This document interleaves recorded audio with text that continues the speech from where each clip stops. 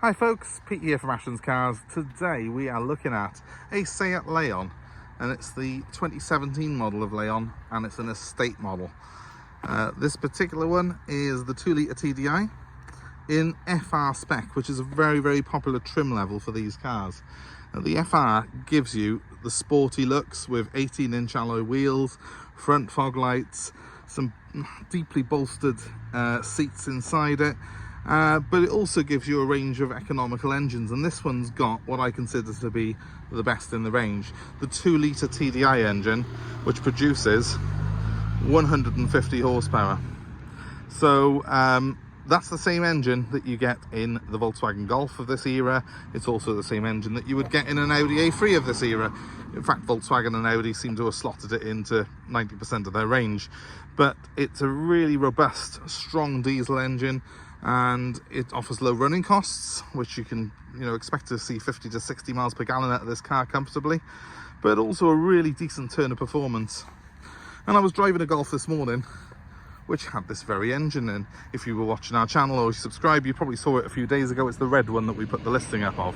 That's now been sold. And I just jumped into the Seat straight after the Golf, and well, it feels the same car. And so it should, because they are more or less the same car. But the Leon, will cater to tastes perhaps who want something a little bit sleek looking perhaps than the Golf. And I think as an estate in particular, it's a really pretty looking car. It's got a sort of nicely sculpted rear end. It doesn't just sort of shut off. It's not boxy in any way, and it's got sort of a well balanced look about it. Obviously the FR spec helps. I mean, these are 18-inch wheels. They do look the part, and they're more or less unmarked on the car. It's exceptional condition, this car is, which is where I come on to the sort of slightly unusual point of this particular car. It's a 2017 model. It's done 127,000 miles from new, so a little bit over the average. But this car was previously owned by the dealer principal of the Seat dealership that we get supplied from. So it really hasn't had any expense spared on it. It's running on Bridgestone Potenza rubber, which is about as good as it gets. You can see there the condition of the wheels and the beautiful tyres that it's wrapped in. They're a matching set of Potenzas.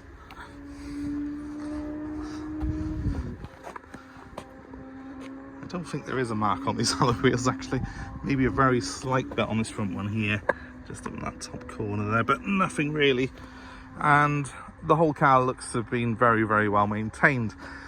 I think between me and you, it might have been maintained a little bit off the records because we haven't got the service book for it to back that up, but I am told from my supplier that it's been sort of exceptionally maintained, and has also had quite a lot of warranty work done on it that wouldn't have normally been authorised on a higher mileage car. That certainly is backed up by the way it drives. I've just driven up here now in it, and it's faultless, absolutely faultless. It is now due a service in the next fortnight, so we're going to be giving this car a service in-house, so that'll be a independent service.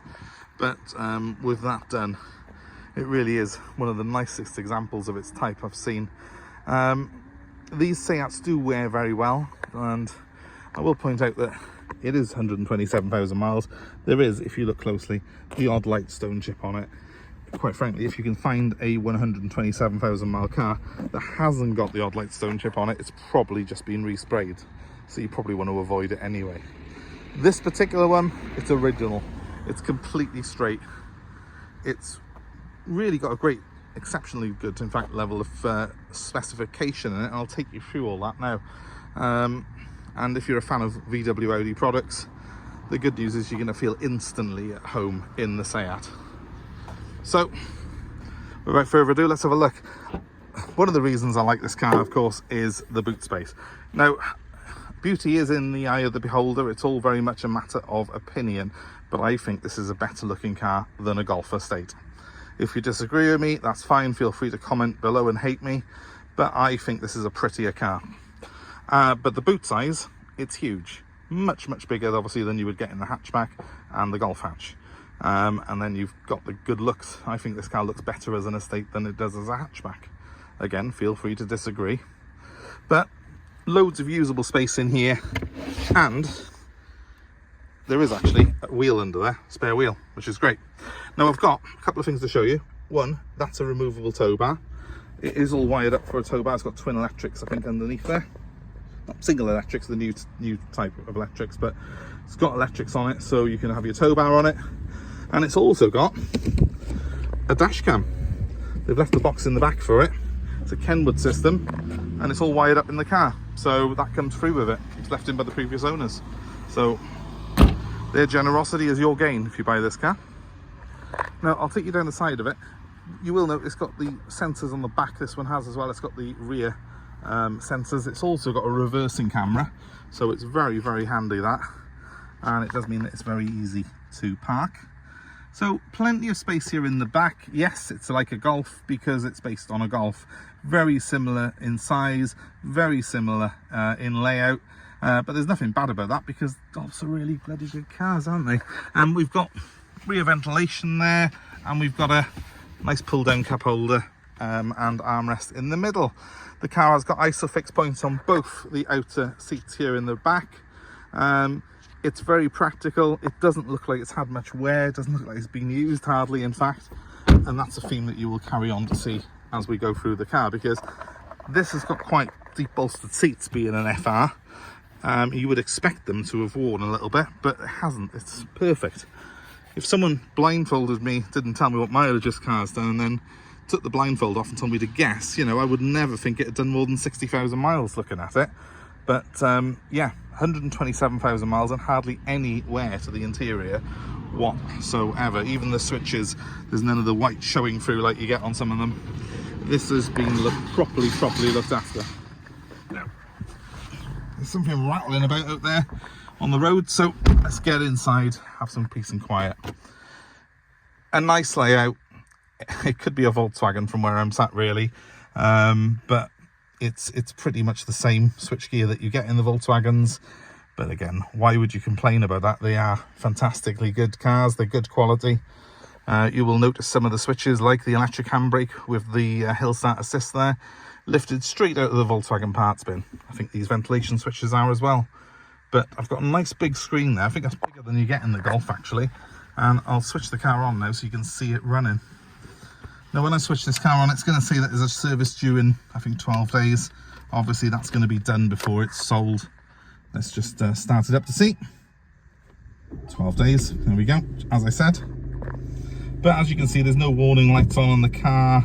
It all starts up properly with a nice even idle. Revs to the soft limiter perfectly. Always depress the clutch on these just to make sure that you haven't got any flywheel clutch noise. That's something I always do as a matter of course.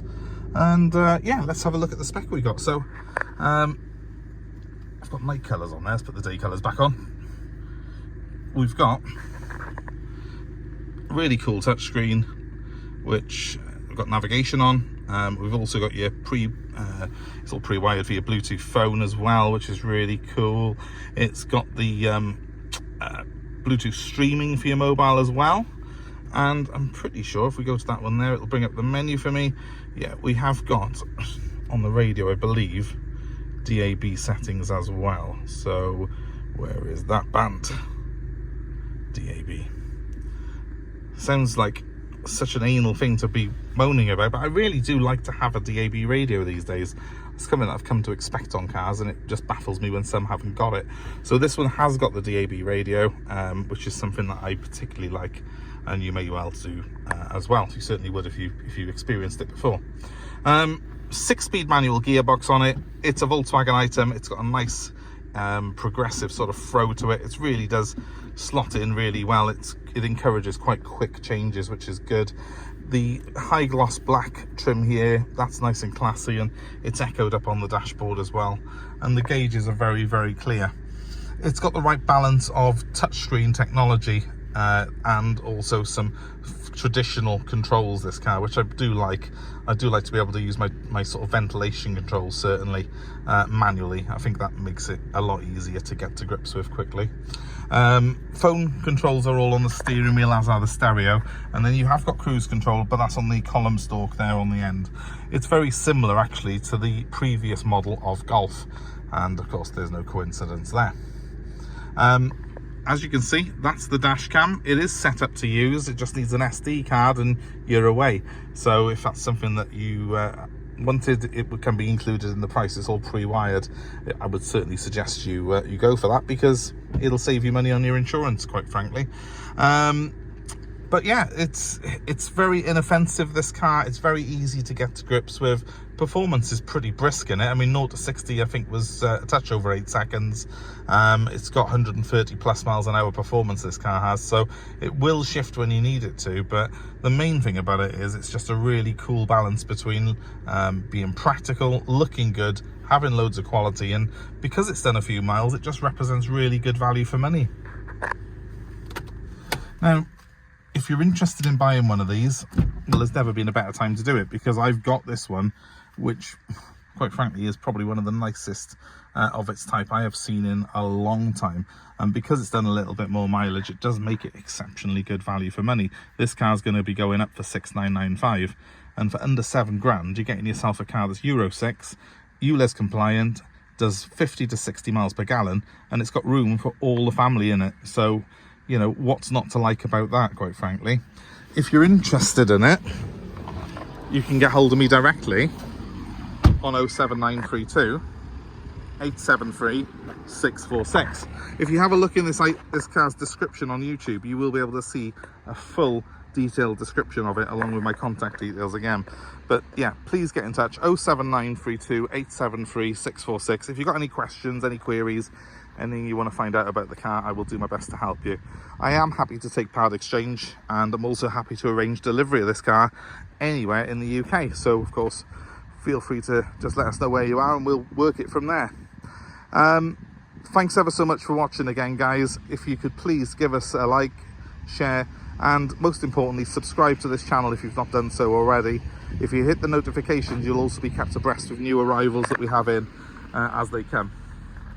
But thanks ever so much for watching. I hope it's been of interest to you, and please comment below and let us know your experiences of these cars, your own views on them. I'd love to hear from you, especially if you've owned one like this. Maybe you've got a higher mileage one. I'm sure there's plenty out there that have done 200,000-300,000 miles of these. I've actually taken a Golf in today with the old 1.9 TDI engine, the old engine, a few generations before this, that's done 300,000 miles nearly. So I know these are very, very good cars, and they are built to do it. So let us know below, let us know your mileages. What have you got out of a 2-litre TDI Volkswagen? It'd be great to hear from you. Thanks for watching. Bye for now.